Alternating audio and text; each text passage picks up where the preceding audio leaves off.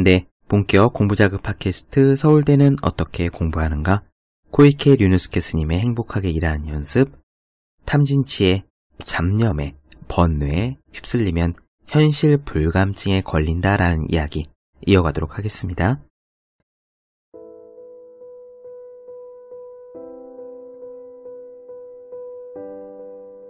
마음의 연쇄 반응에 붙잡히게 되면 집에서 휴식을 취하면서 좋은 음악을 들으려고 해도 바로 아까까지 겪었던 불쾌한 일들이 떠오르면서 음악이 귀에 들어오지 않는다.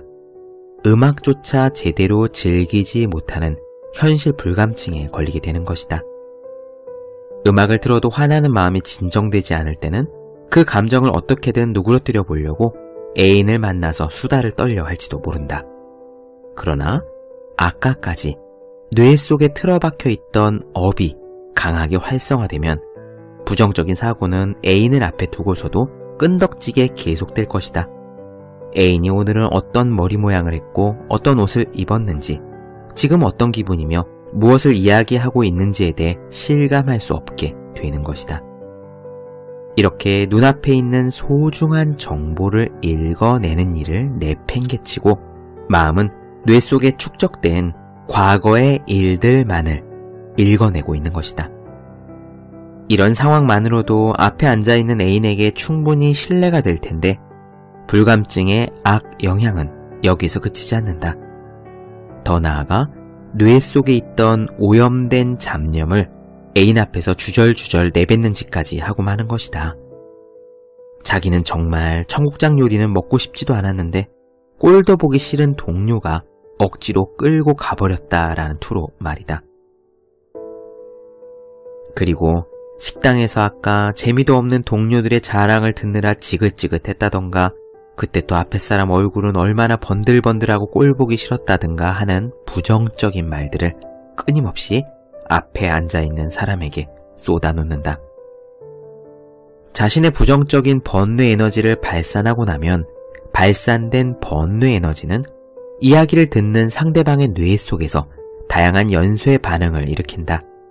긴 안목으로 바라보면 결국 상대방의 잠재의식을 휘저어서 흐트러뜨리고 손상시키는 꼴이 되므로 부디 주의해야 한다. 만약 부정적인 에너지를 없애지 못한다고 해도 집에 돌아온 시점에서 음악을 듣는 일이나 책을 읽는 일 등에 마음을 꽉 붙잡아둘 수 있다면, 거기에 집중해서 우리의 마음을 잡아둘 수 있다면 부정적인 사고의 번뇌 에너지, 그 연쇄작용을 끊어낼 수 있다. 언제 어느 순간이건 주의 깊게 의식을 통제할 수 있다면 번뇌 에너지의 연쇄작용에 변화를 줘서 긍정적인 방향으로 전환시킬 수 있는 것이다. 어떻습니까? 이런 경험은 누구나 해보셨죠? 번뇌의 연쇄작용이라는 것은 사실 낯설게 들리기는 하지만 곰곰이 관찰해보면 굉장히 일반적인 얘기입니다. 예를 들어볼까요? 낮에 회사에서 상사로부터 꾸지람을 받았다고 해봅시다. 그런데 그 꾸지람이 합리적인 것이 아니라 샤우팅에 이를 정도로 굉장한 것이었다고 쳐보죠. 분노는 계속됩니다. 퇴근해서 집으로 돌아와도 몇 시간이 한참 지난 후인데도 머릿속에 꽉 차 있습니다.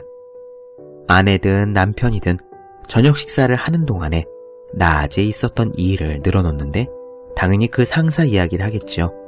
굉장히 부정적으로 이야기합니다. 짜증난다, 화난다, 이상한 사람이다, 어쩌고 저쩌고.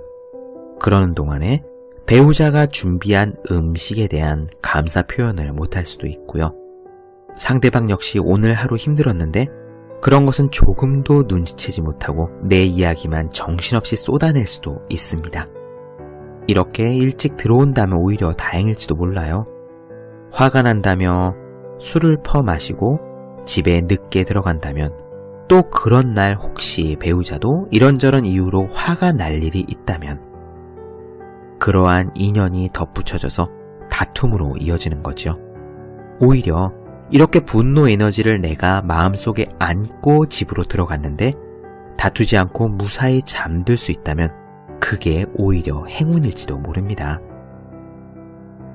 내가 갖고 있는 분노 에너지는 다른 인연을 만나서, 예를 들어 역시 짜증이 난 배우자라든지, 오늘 갑자기 막힌 하수구라든지, 고장난 청소기라든지, 오늘 우체통으로 날라온 과다한 카드 청구서라든지, 이런 서로 다른 인연들이 합쳐져서 싸움이 된다는 것. 그러니까 상사로부터 시작된 내 분노 에너지에 다른 인연들이 불에 기름을 부은 격으로 화를 불러일으키는 거죠. 자, 이제 이렇게 해서 싸움이 있었습니다. 그러면 그 싸움으로 증폭된 분노 에너지가 거기서 끝날까요? 아닙니다. 아이들에게 영향을 미치겠죠. 아이들은 불안해합니다. 왜 우리가 옆에서 싸우는 사람만 봐도, 막 누가 샤우팅하는 것만 들어도 괜히 내 심장도 두근두근두근 하고 느껴지잖아요. 이건 당연한 겁니다. 생물학적으로 당연한 거예요. 인간에게는 거울 뉴런이라는 것이 있어서 근처에 있는 사람, 함께 있는 사람과 동조화가 된다는 것이 밝혀졌습니다. 반대로 좋게 생각하면 마음이 편안한 사람, 좋은 사람, 따뜻한 사람, 현명한 사람과 함께 있으면 내 마음도 역시 따뜻해지고 하는 것을 느낀 경험 누구나 있으시잖아요. 다시 제자리로 돌아와서 아이들 이야기해 보겠습니다. 엄마 아빠가 싸웠어요. 그 분노 에너지가 아이들에게 옮겨갔습니다. 아이들이 안고 있는 그 분노 에너지는 어디로 갈까요? 집에 강아지가 있다면 그리 갈지도 모릅니다. 이렇게 연쇄 작용을 곰곰이 따져보면 지금 강아지에게까지 미친 분노 에너지는 아이들로부터 나왔고, 아이들의 분노 에너지는 부모로부터 나왔고, 그 아버지의 분노 에너지는 회사의 상사로부터 나왔는데, 어쩌면 회사의 상사도, 샤우팅을 한 그 상사도 집에서 다른 일이 있어서 기분이 나빠서 부하 직원에게 화를 낸 것일 수도 있습니다. 이렇게 보면은요, 번뇌 에너지의 연쇄 작용이라는 것이 정말 파도가 에너지를 전달하듯이 사라지지 않고 한치의 오차도 없이 쭉 이어진다라는 것을 알 수 있어요. 중간에 운이 좋아서 좋은 인연이 닥쳐서 분노가 뜬금없이 사그라들기도 하겠지만 그것은 랜덤입니다. 운이 좋으면 다툼으로 이어지지 않고 운이 나쁘면 대판 싸우고 일희일비, 한 번 좋았다 한 번 나빴다를 반복하면서 그래서 그렇게 사는 거죠. 그럼 어떻게 해야 될까요? 우리가 의지를 가지고 우리의 삶을 행복하게 만들어 나가려면 어떻게 해야 될까요? 내가 할 수 있는 일은 한 가지입니다. 뚝하니 끊는 거예요. 업을 나에게서 끊는 겁니다. 이 탐진치의 연쇄작용이 이어지지 않도록 나는 비록 그 피해자일지언정 나에서 끊어서 이 연쇄가 다른 곳으로 계속 이어지지 않도록 하는 거죠. 그래서 이 번뇌를 끊는 것을 윤회를 끊는 것에 비유하기도 했었습니다. 나에게 부정적인 일들이 일어나더라도 나는 그 분노를 증폭시켜 다른 곳에 전달하는 게 아니라 그냥 내 마음속에서 녹여 없애고 아무렇지도 않은 듯 웃으며 행동하고 실제로 나는 그것에 스트레스를 별로 받지 않으면 이 세상에 존재하는 확실하게 물질적으로 존재하는 분노 에너지를 내가 제거함으로써 이 세상을 조금 더 좋은 곳으로 만들게 된 겁니다. 바로 이렇게 내 위치에서 업을 끊는 것, 이것이 가정과 동료와 강아지를 위해서 내가 행복을 만들어낼 수 있는 길이라고 저는 생각합니다. 조금 더 이어나가 볼까요? 피로에 지친 마음을 먼저 들여다본다라는 이야기입니다. 계속 읽어가 볼게요. 가끔 인생의 의미는 무엇입니까? 라는 질문을 받는다. 그런데 유감스럽게도 이런 질문은 질문자 본인이 불행하다는 사실을 드러낸다. 위장이 건강한 사람은 굳이 위장에 대해서 생각하지 않는 것과 마찬가지로 매일매일을 충실하게 살아가는 사람은 일부러 인생이란 무엇인가라는 거창하고 철학적인 문제에 대해 생각하지 않기 때문이다. 하루하루 스트레스에 파묻혀 눈앞의 현실에서 눈을 돌리고 싶어져야 비로소 마음이 뇌 속으로 훌쩍 도피하고 생각하기 시작한다. 산다는 것의 의미가 도대체 뭐냐면서 말이다. 그래서 나는 살아가는 의미가 이렇다 저렇다 하는 추상적인 대답 대신에 질문자가 현재 어떠한 스트레스를 안고 있으며 매일을 어떻게 힘겹게 버티고 있는지에 귀를 기울인다. 즉, 인생의 의미 따위를 묻고 싶어지는 불행한 마음을 풀어주는 일부터 시작하는 것이다.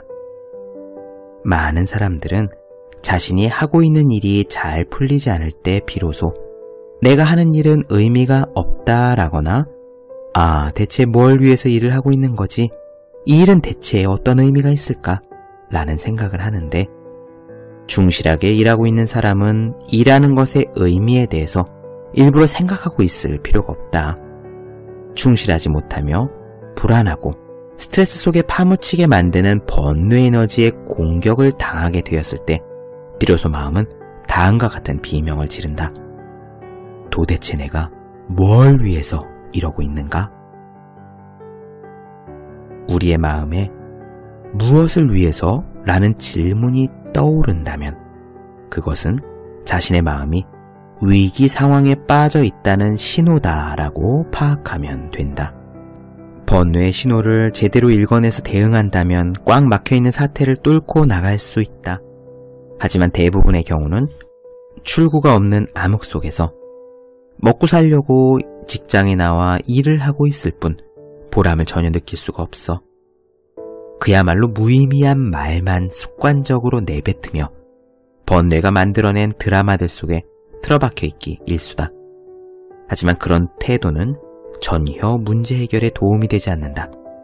이 일을 하는 의미라는 그럴듯한 무언가를 찾고 싶어서 견딜 수가 없다는 생각의 이면에는 나는 위대한 인간이니 내게는 그에 걸맞는 의미 있고 창조적이며 즐겁기까지 한 일이 주어져야 한다라는 오만한 마음이 숨어있다. 이런 오만한 마음은 자신의 마음을 협소하게 만들어 버리기 때문에 실제로는 스스로를 얽매고 괴롭히는 스트레스 요인에 불과하다. 일이 무의미하게 느껴져서 진저리가 나는 때는 어떤 의미에서 볼 때 자신의 오만함을 인식하고 숨어있는 자신의 오만함을 인식하고 발상을 전환할 수 있는 계기가 될 수 있다. 이런 오만한 번뇌를 지금까지 마음 깊숙이 숨긴 채 알아채지도 못하고 일해왔기 때문이다. 그 오만함 때문에 나의 마음이 위축되고 하루하루가 피로감에 물들어 있다는 사실, 회사도 마음에 안 들고 사람들도 마음에 안 들고 내가 지금 도대체 잘 살고 있는 건지 만족도 되지 않고 그러한 불만과 스트레스는 바로 그 오만함에서 나왔다는 생각을 인식하는 것으로부터 출발한다.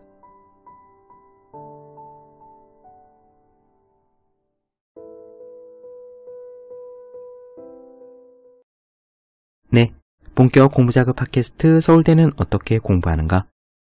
코이케 류노스케 스님의 행복하게 일하는 연습을 나눠드리고 있습니다. 다음 시간에 이어서요. 일에서 의미를 찾는 방법에 대해서 말씀을 드려보도록 하죠. 더 많은 이야기가 궁금하신 분들, 질문사항 있으신 분들은 제 네이버 블로그 허생의 즐거운 편지, 페이스북 페이지 허생의 즐거운 편지, 인스타그램에서 해시태그 서울대는 어떻게 공부하는가, 다음 카카오 브런치 한재우의 브런치를 들어와 주시면 되겠습니다.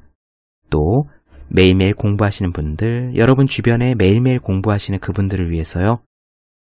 하루 한 페이지씩 읽고 공부할 의욕을 북돋는 책, 보기만 해도 공부하고 싶어지는 365 공부 비타민을 선물해 주시면 좋겠습니다. 오늘 여기까지 할게요. 저는 다음 시간에 뵙겠습니다. 지금은 금요일 밤 9시 반, 여러분 모두 열심히 공부하십시오. 저도 열심히 하겠습니다.